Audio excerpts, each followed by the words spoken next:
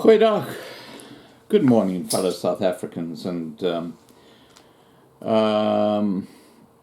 before I show you the video, which is quite disturbing but shows you what's going on with farm murders in South Africa, I just want to give you an update on Afriforum. We talked about this earlier today on the live stream, and Ian Cameron, who is the representative for the civil rights organisation, is actually in Australia at the moment, talking about what's going on in South Africa. So Afriforum seem to be getting out and about and doing the right thing, which is great. Ian Cameron, the head of community safety at Afriforum, said that Afriforum had already met with a few. Andrew Hazel, chairman of the Parliamentary Joint Committee of Defence and Intelligence, and participated in a conversation on Sky News Australia's programme Outsiders.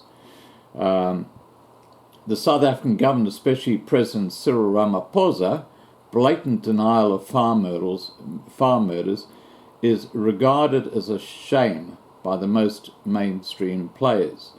We now tell the stories of people whose lives were destroyed and violated by a government that is turning its back on the victims. This is Ian Cameron from Afriforum speaking. Cameron explained that their visit does not focus on statistics but rather on stories of victims. There is especially shock about the cruelty of farm attacks and murders in South Africa. Robert Lynn, who was burned with a bladder flame. Nikki Simpson, who was born by her feet. And John Eckhart, whose nail marks were found on the carpet of his house after being tortured. These stories speak volumes about the reality of these South African tragedies, Cameron said. Okay, so Afriforum are in Australia, and they're spreading the word.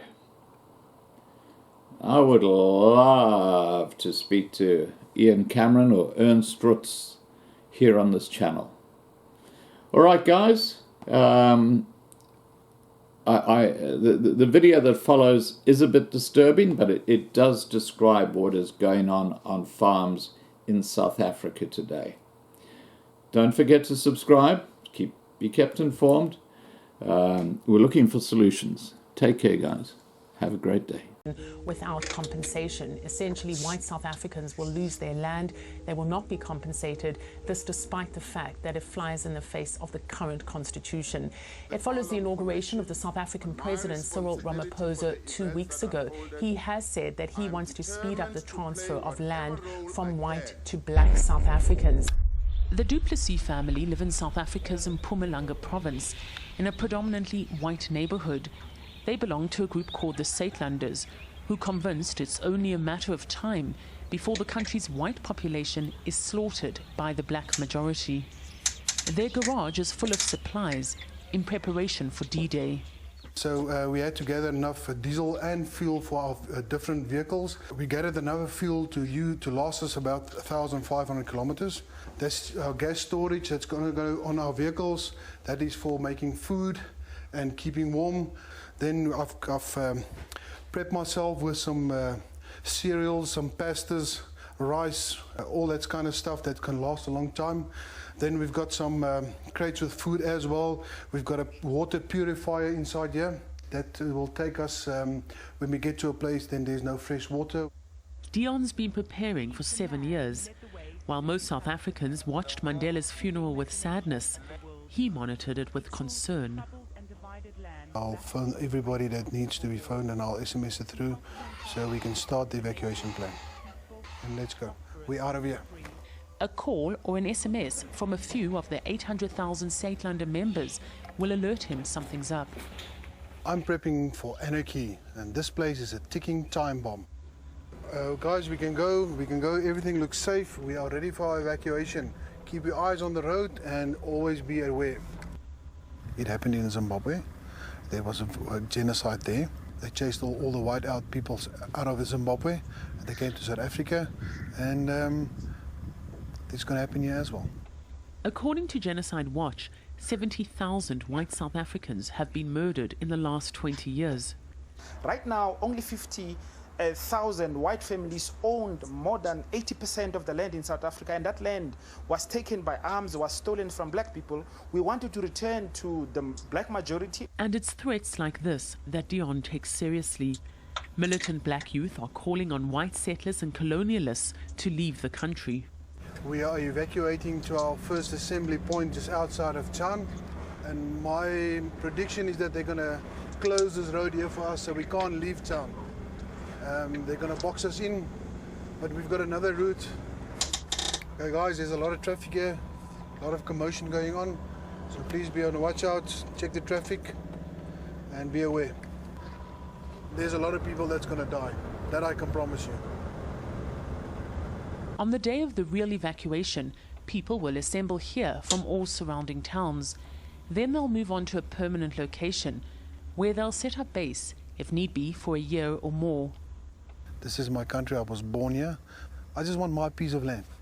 Just give me what I earn for me and my family to grow up and have some opportunities in life. That's all I want. One new party has emerged that's only for black people. The Mazibuye African Congress says that its goal is to restore the ideals of African people. It's gone as far as to say our membership is not open to anything that looks white. This is a far cry from how Mandela saw the Rainbow Nation.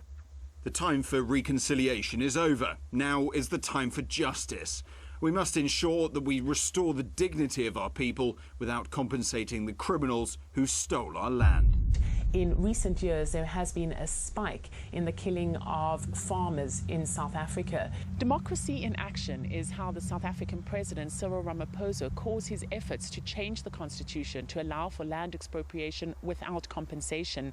He announced this week he was increasing efforts to do this so that agricultural production, people's access to land, and just and equitable redistribution are increased. What this means is that the few thousand white commercial farmers in South Africa will lose their land and receive no money for it. In recent months, there's been growing anger against the South African government by the country's black majority over the slow pace of land reform.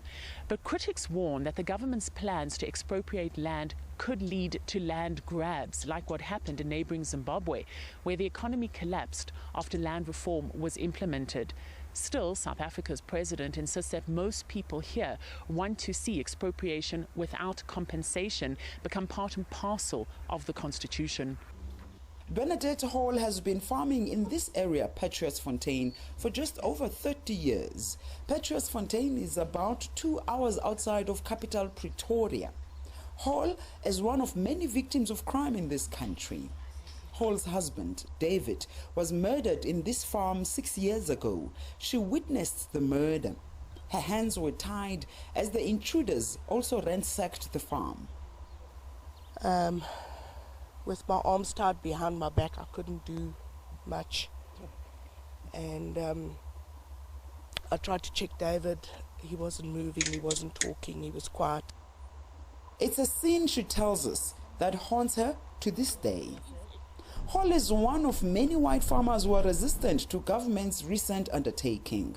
South Africa's lawmakers want to amend the constitution to allow land expropriation without compensation. This is our land. David and I put everything that we are into this farm, and we almost achieved our goals in life when they took him away. He unfortunately never got to see that. So why must I give up my farm? Why? I bought it legally. I paid every single penny I owe for it. Every implement I bought on this farm, I paid for. I've worked for everything I've got. Now I must just hand it over. We are now third generation on this farm. Third generation. My grandfather farmed here until he died of a heart attack. And then my dad inherited this portion and his brother inherited the top farm, which my dad eventually over the years bought back. So it's been in the family for more than 100 years. I grew up here.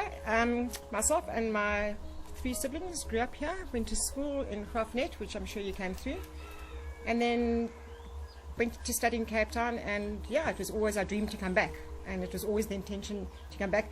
Not under these circumstances, though. My dad was living alone. My mum was in an Alzheimer's home. Sorry, this is quite hard. Because we were so safe here, there was actually no handle on the back door. It was always open. And this security gate was right here. So my dad heard the knock on the door, opened the door, was shot in the stomach. Managed to get to the phone. Yeah. Phone my aunt. Said, I've been shot in the stomach.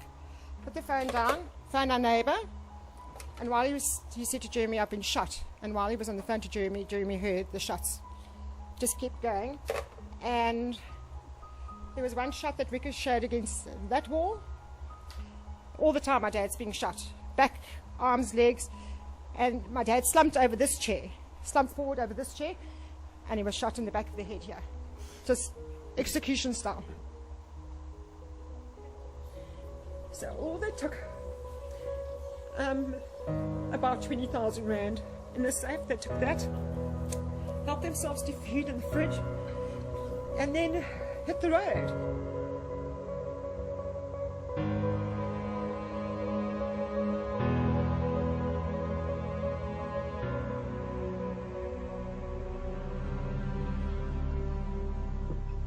Because of the skin color.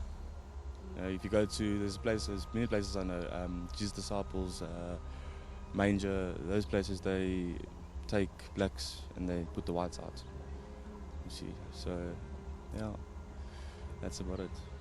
So wait, there are places here that will only help blacks but won't help whites? Yeah, that's true. Can you tell us a little bit more about that? Like, people find that a very bizarre idea.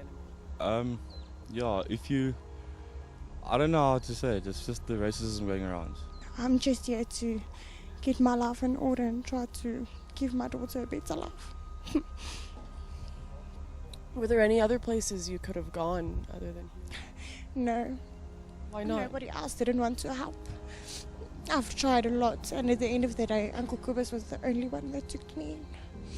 Are there no government programs? Nothing. This is the only place who could help us with place to stay and things. They are the only ones who helped us with it. No one else wanted. If it wasn't for them, I would have been in the streets. I want to sleep with my wife and my kids on the street. That's it. There's no one who can help us. Because this side of the earth it's bad for us. And I'm not lying, it's bad. No one can get jobs around here, we're suffering badly. Well, where we lived, things were very dangerous. The one day, there was black people walking in the street and they shot through our windows. And I went and the police did nothing. You can't even walk in the streets around. At night, during the day, they always rape you or they beat you up. They're swearing at you in the language. They know you don't know the language, but they will come and swear at you, breaking you down around you. You don't feel like a person around you anymore. So they're making sure our people, we don't have a life anymore. They will make sure about it.